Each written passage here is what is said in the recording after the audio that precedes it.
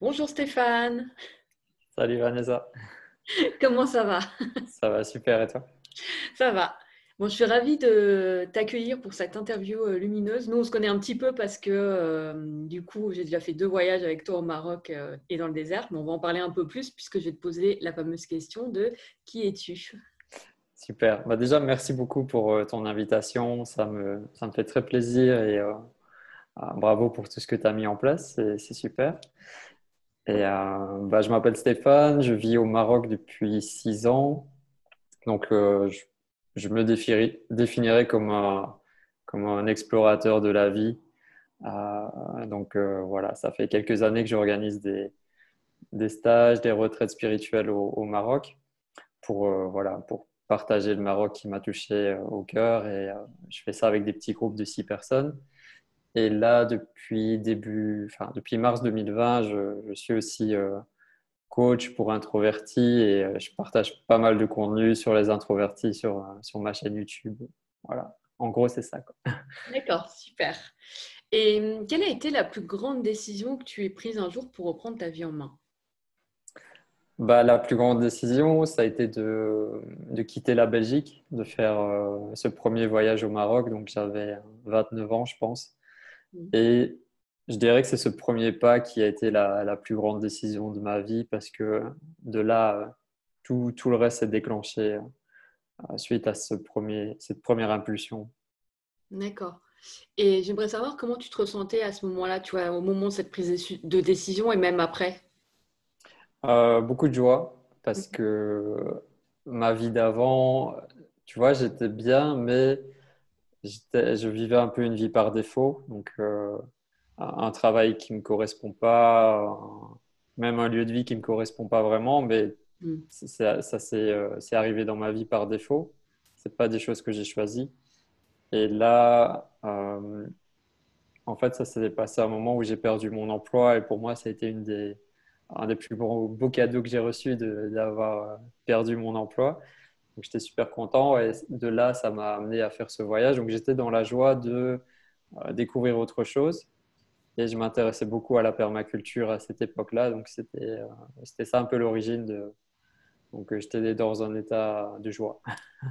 Donc le fait de perdre ton boulot, tu l'as tout de suite vu comme un cadeau. T'as pas eu un... Ouais, un grand cadeau parce que ça faisait 4 ans que j'étais dans un centre d'appel. Hmm. Et ça se passait bien, tu vois, mais c'était pas le job de mes rêves. Et je me levais pas le matin en joie de faire ça. Et après, en Belgique et en France, enfin, même en Europe, on a quand même des sécurités quand tu perds un job.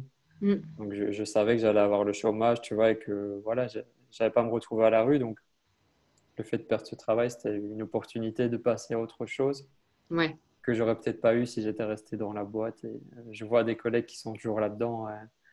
Je me dis, mon Dieu, Hmm. c'était génial de pouvoir quitter ça, quoi. T'aurais peut-être pas sauté le pas sans ça, en fait, quelque part. Exact. Hmm. Et à ce moment-là, quelles pensées ou quelles croyances tu as alimentées qui t'ont permis vraiment de passer à l'action? C'est-à-dire qu'au-delà de perdre ton boulot, de te dire, bah, ça y est, je pars là-bas, je prends ma décision. Tu vois, qu'est-ce qui a fait que tu as réussi à passer à l'action? Ouais. En fait, c'est des petites choses qui sont accumulées à partir de 2012. Tu vois, je pense que c'est l'époque où on disait que les Mayas annonçaient la fin du monde. Hmm. Euh, Pour moi, ça a été un peu un switch et ça coïncide aussi avec la période où tu passes vers l'âge de 30 ans. Hmm.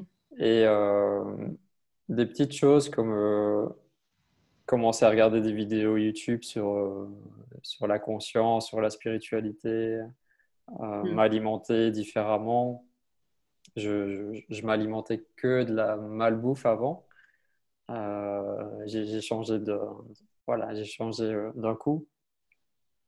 Commencer le sport aussi. Donc en fait, c'est toutes des petites choses qui sont mises en place, qui ont fait que je suis devenu un homme nouveau et que c'était plus facile pour moi de prendre cette action de partir, tu vois. Tu avais déjà entrepris un chemin, en fait, finalement, de reconnexion à toi avant de partir, avant cette nouvelle. Ouais, ça avait commencé avant, hein. D'accord, ok. Le voyage, ça a été l'accélérateur, la deuxième vitesse. Oui, oui. D'accord. Est-ce qu'il y a un raté, une leçon que tu aimerais partager avec nous? Euh, dans quel sens raté? Bah, Que je regrette raté, ou... alors, c'est pas forcément, c'est quelque chose en tout cas où tu considères que tu n'as peut-être pas réussi, mais que finalement, tu en as appris beaucoup, tu vois. En fait, je pars du principe que tout ce qui t'arrive dans la vie, c'est un peu, voilà, ça fait partie de ton chemin de vie. Donc, je ne vais pas dire quelque chose que j'ai fait que j'aurais pas dû faire parce que tout est un enseignement. Hmm. Mais peut-être que je me serais structuré un peu plus tôt au niveau de ma communication, de mon marketing sur Internet. Peut-être que c'est ça l'erreur que j'ai fait, si ça en était une, Hmm. de, de me laisser vraiment beaucoup de temps. D'ailleurs, voilà, c'est ça peut-être le truc. À un moment sur mon parcours au Maroc, j'ai dû revenir en Belgique et aller travailler dans une usine, D'accord. justement parce que j'avais plus d'argent. Hmm. Et bah, ça, c'est peut-être un truc, si j'aurais pu anticiper plus tôt et monter mon business plus tôt, ça m'aurait évité ça, mais ça fait partie aussi des expériences, tu vois. Quand, Oui, exactement. Mais quand c'est vrai j'étais à que, l'usine, ouais. pardon, quand j'étais à l'usine, dans ce job purement alimentaire, je me disais, je veux vraiment plus jamais vivre ça de toute ma vie. Et ça m'a encore plus conforté dans la concrétisation de mon projet, de mes rêves, quoi. Oui, j'allais dire peut-être que finalement, tu avais besoin de ça pour te dire non, mais c'est bon, je veux faire ça. Et une Hmm. fois que j'aurai eu un peu d'argent avec ce travail, j'y vais, quoi. Ouais, j'ai eu pas mal de passages comme ça où d'un coup tu t'es confronté à ce genre d'épreuve. Hmm. Je suis eu un gros accident à Marrakech où j'ai dû être hospitalisé. Je suis rentré en Belgique aussi. Mais voilà, ça m'a pas arrêté. Je suis revenu.